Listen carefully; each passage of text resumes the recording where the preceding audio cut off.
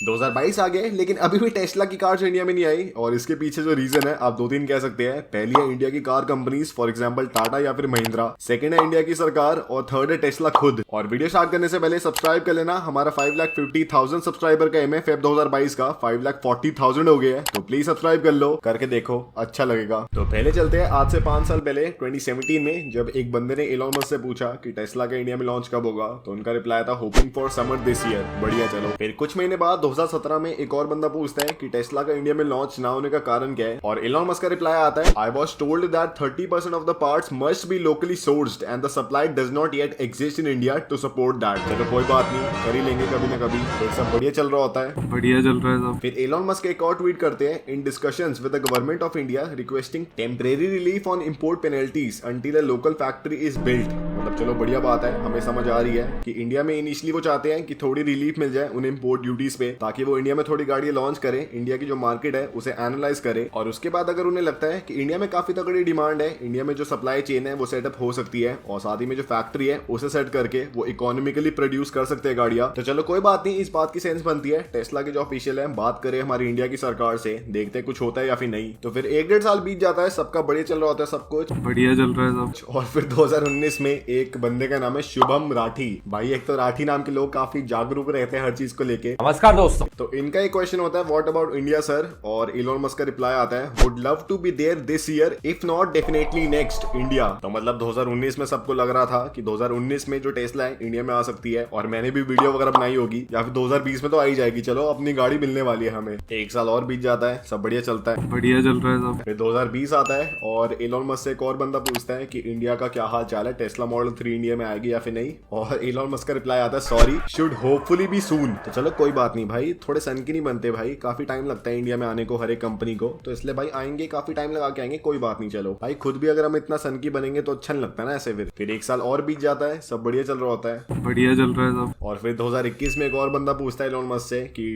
क्या हाल है भाई, इंडिया में लॉन्च होना है या फिर नहीं, और एलोन मस्क का रिप्लाई आता है, मैं आपको पूरा पढ़ के नहीं सुनाऊंगा, मैं बहुत ही महंगा आदमी हूँ, मैं दुनिया का सबसे महंगा आदमी हूँ। तो इस ट्वीट में लिखा है कि इंडिया में जो इंपोर्ट ड्यूटीज है काफी ज्यादा है, और हाईएस्ट अगर आप किसी भी और लार्ज कंट्री से कंपेयर करें, और साथ ही में इंडिया में जो ईवीज पे इंपोर्ट ड्यूटी है सेम है जैसे पेट्रोल वाली गाड़ियों पे है और डीजल वाली कार्स पे है। तो इसलिए टेस्ला चाहती है कि जो ईवीज है उन पे टेम्परेरी टाइम के लिए एक इंपोर्ट ड्यूटी कट मिल जाए, ताकि वो इंडिया में जो मार्केट है उसे सेट कर पाए। एक और साल बीत जाता है और फिर एक और बंदा पूछता है कि क्या हाल चाल है भाई टेस्ला के इंडिया में, और एलोन मस्क का रिप्लाई आता है still working through a lot of challenges with the government. तो भाई ये जो ट्वीट है ना पढ़ना छोड़ दो भाई, इंडिया में इनके भरोसे कुछ नहीं होने वाला। तो फिर मैंने सोचा कि जो एग्जैक्ट सिचुएशन है वो क्या है, और उस पर देखते हैं कि हर एक जो पार्टी है, फॉर एग्जाम्पल हमारी सरकार, जो हमारे इंडिया के कार मेकर है, और जो टेस्ला वगैरह है, उनका क्या पर्सपेक्टिव है। तो सबसे पहले प्रॉब्लम क्या है कि जो इंडिया में ईवीज है उस पर 100% की इंपोर्ट ड्यूटी है। मतलब अगर आपकी 40 लाख की गाड़ी है वो इंडिया में आके 80 लाख की हो जाएगी बिकने से पहले, और उसके बाद जो भी उस पर टैक्स वगैरह लगेंगे उसके बाद वो 1 करोड़ की हो जाएगी।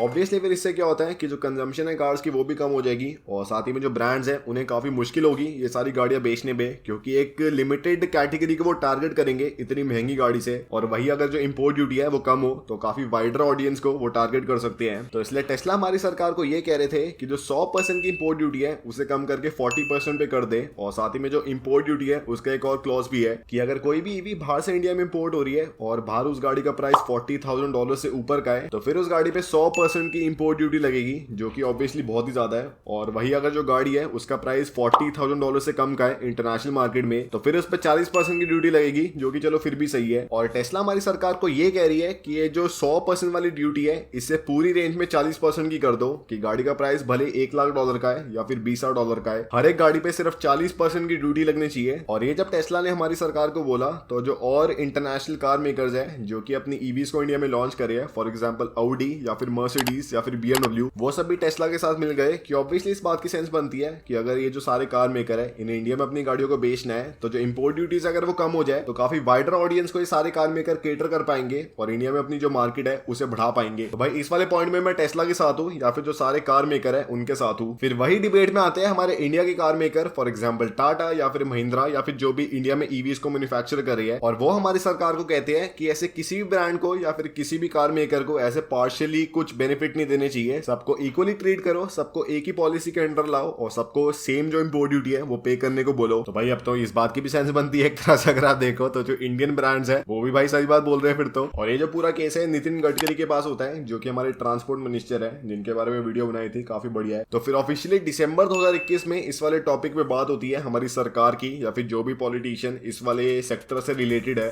और वो फिर ऑफिशियली स्टेटमेंट जारी करते हैं कि टेस्ला को कोई भी ऐसे स्पेशल बेनिफिट नहीं मिलने वाले इंडिया में अपनी गाड़ियों को लाने के लिए। और ये जो हमारे पॉलिटिशियंस है इन्होंने जो इसके लिए रीजन दिया वो ये है कि come to India, make it here and export from here, we will provide you all support you need. तो मतलब जो हमारे इंडिया की सरकार है वो ये कह रही है कि अगर आपको थोड़े कंसेशन चाहिए आप इंडिया में आओ, इंडिया में अपनी फैक्ट्री को लगाओ और इंडिया में फिर गाड़ियां बेचो, हम जो पूरी सपोर्ट आपको प्रोवाइड करेंगे और जो इंडिया की इकोनॉमी है उसमें ऐड करो। क्योंकि अभी जो मेन प्रॉब्लम है वो ये है कि जो टेस्ला की कार्स जो कि इंडिया में बिकेगी वो सारी चाइना से आएगी। मतलब चाइना में इस ब्रांड की बहुत ही बड़ी गीगा फैक्ट्री है और वहीं से फिर मैन्युफैक्चर होगी वो टेस्ला की कार्स इंडिया में इंपोर्ट होगी और इंडिया में बेची जाएगी, जो कि ऑब्वियसली हमारी सरकार नहीं चाहते। और मैं भी उनके साथ भाई हूँ, क्योंकि चाइना में अगर गाड़ी मैन्युफैक्चर हो रही है और इंडिया में आ रही है तो वो तो हमारी इकोनॉमी के खिलाफ ही है। और साथ ही में फिर इस वाले टॉपिक पे जो नितिन गडकरी है उनकी ये स्टेटमेंट है, Tesla can't have a market in India and provides job in China. तो भाई ये बात भी सही है, अब तो मैं इनके साइड हूँ एकदम। टेस्ला की जो मार्केट है, जो कंजम्पशन है वो तो इंडिया में बन जाएगी, लेकिन जो इस ब्रांड की प्रोडक्शन है, जो इस ब्रांड की एम्प्लॉयमेंट है वो तो चाइना में रही, तो हमारा इतना फायदा नहीं होगा फिर। और फिर मुझे एक और चीज समझ नहीं आई कि अगर आपको याद होगा अभी ऑटो पीएलआई स्कीम आई थी जिसमें ऑलमोस्ट हर एक ब्रांड ने, इंडिया के भी और इंटरनेशनल ब्रांड्स ने भी अप्लाई किया था, जिसमें जो हर एक ब्रांड है उन्हें कंसेशन मिलने वाले इंडिया में नई नई टेक्नोलॉजी को मैन्युफैक्चर करने के लिए और प्रोडक्शन को ऐड करने के लिए। और ये जो ऑटो पीएलआई स्कीम है स्पेसिफिकली ईवीज के लिए बना था, जिसमें ऑलमोस्ट कोई भी कार मेकर, मान लो BMW, ऑडी, कोई भी इसमें अप्लाई कर सकता है। और फिर अगर हमारी सरकार उस वाले ब्रांड को चूज करती है तो उसे एडेड इंसेंटिव मिलने वाले हैं, जो कि बहुत ही बढ़िया चीज है। और जब मैंने देखा कि कौन कौन से ब्रांड्स ने अप्लाई करा है तो उसमें टेस्ला का नाम था ही नहीं, तो अब इसकी क्या सेंस बनती है भाई, ये तो दोगलापन है।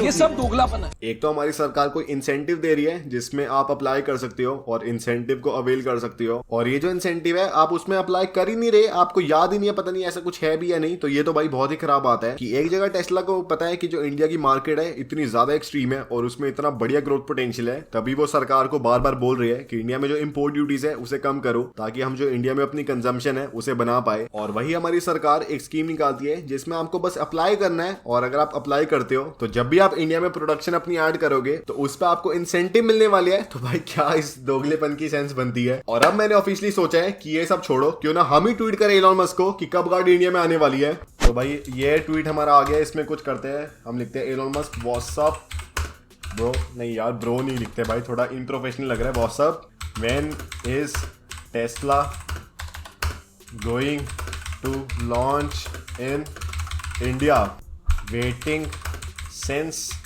2016। तो ये भाई ये मेरे ख्याल से काफी होगा इतना, और ट्वीट कर रहा हूं मैं, ये लो भाई ट्वीट कर दिया मैंने। तो भाई ये जो ट्वीट है मैंने कर दिया है और इसका जो लिंक है वो डिस्क्रिप्शन में होगा, जाके इसे बार बार रीट्वीट करना ताकि ऊपर तक जाए और एलोन मस्क को पता चले। और बाकी हमें ट्विटर पे भी फॉलो कर लेना अगर आपने नहीं करा।